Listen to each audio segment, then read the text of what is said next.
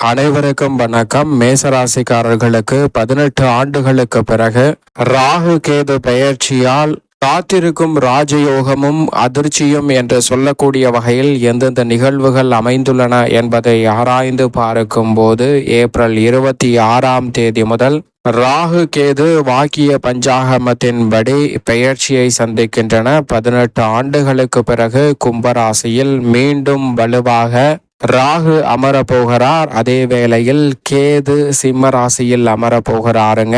இது மேசராசிக்காரர்களை பொறுத்த வரைக்கும் லாபஸ்தானமாகிய 11ஆம் இடத்தில் ராகு அமருகிறார். பூர்வ புண்ணிய ஸ்தானமாகிய 5இல் கேது அமருகிறாருங்க. பொதுவாகவே நிழல் கிரகமான ராகு கேதுவை பொறுத்த வரைக்கும் இந்த வேளையில் மிக அற்புதமான மாற்றத்தை ஏற்படுத்தி கொடுத்தாலும் கூட யோகம் நிறைந்த 6ஆம் இடத்திலிருந்து 5ஆம் இடத்திற்குள் கேது செல்வது சற்று சாதகமற்ற அமைப்பு என்று பார்க்கப்பட்டாலும் கூட விரயஸ்தானத்தில் சஞ்சரித்த ராகு லாபஸ்தானத்திற்குள் நுழைகிறார். எனவே காத்திருக்கும் ராஜ யோகம் என்று சொல்லக்கூடிய வகையில் பல நன்மை நிறைந்த வாய்ப்புகள் லாபஸ்தானத்தில் சஞ்சரிக்கக்கூடிய ராகுவின் அமைப்பால் நீங்கள் எதிர்பார்ப்பதை காட்டிலும் சிறப்பாக கைகூடுவதற்கான முதன்மையான அதிர்ஷ்ட யோகம் நிச்சயமாக மேசராசிக்காரர்களை தேடி வருகிறது.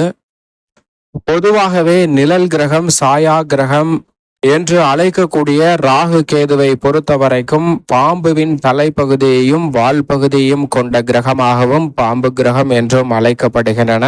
இந்த கிரகம் தங்களது பார்வையில் சனி சுக்கிரனை நட்பு கிரகமாக பார்க்கின்றன. அப்படி பார்க்கக்கூடிய சனியின் ஆட்சி வீட்டில் ராகு நுழைவது மிக பெரிய அளவில் அதிர்ஷ்டத்தையும் ராஜயோகம் என்று சொல்லக்கூடிய வாய்ப்பையும் சந்தர்ப்பத்தையும் நிச்சயமாக உருவாக்கி கொடுக்கிறது மேசராசிக்காரர்களுக்கு. ஏனென்றால் சனியுடன் இணைகிறாருங்க வாக்கிய பஞ்சாகமத்தின்படி. ஏனென்றால் இந்த வேளையில் சனி பகவான் மிகவும் வலுவாக வாக்கிய பஞ்சாகமத்தின்படி லாபஸ்தானத்தில் தான் அமர்ந்திருக்கிறார். எனவே வாக்கிய பஞ்சாகமத்தின்படி சனி ராகுவின் இணைவு கூட்டமைப்பு மிக பெரிய அளவில் உச்சபட்ச வளர்ச்சியையும் நன்மையையும் நிறைவாக அள்ளி கொடுக்க போகிறது. ஏனென்றால் அந்த இடம் லாபஸ்தானமாக பார்க்கப்படுகிறது. அதே வேளையில் காத்திருக்கும் அதிர்ச்சியாக யோகஸ்தானம் என்று சொல்லக்கூடிய 6ஆம் இடத்தில் சஞ்சரித்த கேது பகவான் தற்போது பூர்வ புண்ணியஸ்தானம் என்று சொல்லக்கூடிய 5இல் நுழைகிறார். 5ஆம் இடம் மிகப்பெரிய அளவில் சிரமம் ஏற்படுத்தாத இடம் என்றாலும் கூட 6ஆம் இடத்தை காட்டிலும் அவ்வளவு சிறப்பான நன்மைகள் கிடைக்க இயலாது என்பதுதான் யதார்த்தமான உண்மை. ஏனென்றால் மிகவும் முக்கியமாக ராகு கேதுவின் பார்வையில் சூரியன் பகை கிரகமாக இருக்கிறார். அவரின் ஆட்சி வீட்டிற்குள் கேது நுழைவதால் இந்த வேளையில் அதிக கவனமும் விழிப்புணர்வும் மிக முக்கியமாக தேவைப்படுகிறது. குறிப்பாக பூர்வீக சொத்துக்கள் ரீதியான பிரச்சனைகளில் கூடுதல் கவனத்துடன் இருக்க வேண்டும்.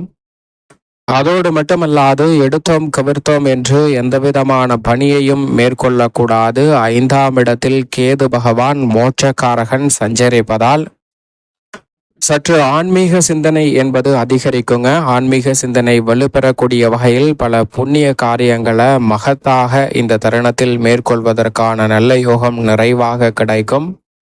ஆனால் அதே வேளையில் 6ஆம் இடத்தை ஒப்பிடுகையில் 5ஆம் இடம் அவ்வளவு சிறப்பான நன்மையை தராது. சில நேரங்களில் மனதில் கற்பனையான பயமும் எதிர்காலத்தை பற்றிய அச்சமும் சற்று கூடுதலாக இருக்கும். எனவே கவனத்துடன் இருக்க வேண்டும். அதோடு மட்டுமல்லாது பொதுவாகவே நிழல் கிரகமான ராகு கேதுவை பொறுத்த வரைக்கும் 3, 6, 9 மற்றும் 11 ஆகிய இடங்களில் அபரிவிதமான நன்மையை அள்ளி கொடுக்கும். அதில் ஒரு இடமான லாபஸ்தானத்தில் தான் ராகு அமருகிறார். அவருடைய சப்தம பார்வை 5இல் பதிகிறது. 5இல் இருக்கக்கூடிய கேதுவின் சப்தம பார்வை லாபத்தில் பதிகிறது. எனவே இந்த தருணத்தில் உறுதியாகவே சிரமத்தை காட்டிலும் நன்மை கூடுதலாக நிச்சயமாக கிடைக்க போகிறது. அதிலும் குறிப்பாக நவகிரகங்களிலே சுக்கிரனுக்கு அடுத்தபடியாக அதீத மாற்றத்தையும் திடீரென அதிர்ஷ்ட வாய்ப்புகளை அள்ளி கொடுக்கக்கூடியவராக ராகு பார்க்கப்படுகிறார். சனி ஆட்சி பலம் பெற்று வாக்கிய பஞ்சாகமத்தின்படி லாபத்தில் இருக்கும் போது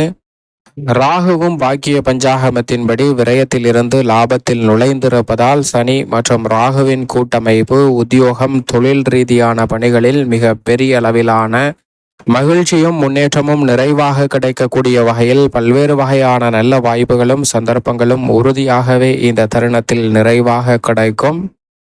அது மட்டுமல்லாது ராஜயோகம் என்று சொல்லக்கூடிய வகையில் பொழுதுபோக்காக செய்யக்கூடிய நிகழ்வுகள்ல கூட மிகப்பெரிய அளவில் தனலாபத்தை இந்த தருணத்தில் சந்திக்கலாம். பயணம் அதிகரிக்கும். பண தேவைகள் உங்களுக்கு தேவைக்கு ஏற்றாற்போல் பூர்த்தியாகக்கூடிய வாய்ப்பும் சந்தர்ப்பமும் உண்டு. வீடு மாற்றம், இடமாற்றம், நினைத்தது போல் அனைத்து காரியங்களையும் சிறப்பாக செய்து முடித்தல் போன்றவை மிகவும் அற்புதமாக கைகூட போகிறது. அதோடு மட்டுமல்லாது இந்த தருணத்தில் முன்னணி நிறுவனங்களிடமிருந்து நீங்கள் எதிர்பார்த்து காத்து கொண்டிருக்கக்கூடிய நல்ல அழைப்பு இந்த தருணத்தில் உங்களை தேடி வருகிறது. பல்வேறு வகையில திருப்திகரமாக பணிகளை செய்து முடிக்கக்கூடிய சந்தர்ப்பம் நிறைவாக உண்டு. தேங்கி கிடந்த தடைபட்டு இருந்த பல பணிகளை இந்த தருணத்தில் வெற்றிகரமாக செய்து முடிக்க முடியும். தொட்டது அனைத்தும் துலங்கும், தொழில் வளம் பெருகும் என்று சொல்லக்கூடிய வகையில் மிக சிறப்பான வாய்ப்புகளும் சந்தர்ப்பங்களும் இந்த வேளையில் உங்களை தேடி வருகிறது. ஆடை ஆபரண சேர்க்கை நிறைவாக கிடைப்பதோடு இந்த தருணத்தில் மதிப்பும் மரியாதையும் அதிகரிக்கும்.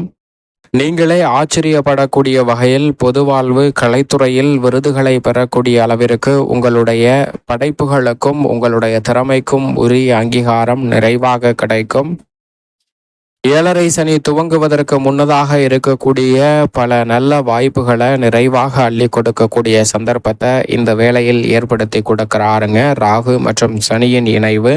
எனவே எதிர்பார்ப்பதை காட்டிலும் மிகப்பெரிய அளவிலான தொழில் ரீதியான திட்டங்களில் நிறைந்த லாபம் கிடைக்கும். இதுவரை இல்லாத அளவிற்கு அசூர வளர்ச்சியை சந்திப்பதற்கான முதன்மையான யோகம் உண்டு. சரியாக பயன்படுத்தி கொள்ளுங்கள். அதோடு மட்டுமல்லாது புதிதாக நிலம், வீடு, வீட்டுமனை, வாகனம் வாங்கக்கூடிய முயற்சியில் மிக பெரிய அளவில் வெற்றி கிடைப்பதற்கான நல்ல சந்தர்ப்பம் நிச்சயமாக உண்டு. மாணவர்களின் கல்வியிலும் நல்ல முன்னேற்றம் கிடைக்கும். உடல்நல ஆரோக்கியத்தில் திருப்திகரமான சூழல் உறுதியாகவே கிடைக்க போகிறது. அதோடு மட்டுமல்லாது இந்த தருணத்தில் திரும்பி வர முடியாத அளவிற்கு பல்வேறு வகையான கடன் சார்ந்த தொல்லைகள் உங்களுடைய வாழ்க்கையை விட்டு நிச்சயமாக விலக போகிறது. புது முயற்சியில் நல்ல வெற்றி கிடைக்கும். ஒருபுறம் தொட்ட காரியங்களில் வெற்றி கிடைப்பதோடு மற்றொரு புறம் மனக்கவலை நீங்கி மகிழ்ச்சி அதிகரிப்பதற்கான நல்ல சந்தர்ப்பம் நிச்சயமாக உண்டு. சனி ராகு இணைந்து லாபத்தை வலுப்படுத்துவதால் நிரந்தர அரசு வேலை வாய்ப்பு உள்ளிட்ட பல நன்மை மேசராசிக்காரர்களை தேடி நிச்சயமாக வரும். ஆனால் சுக்கிரன்,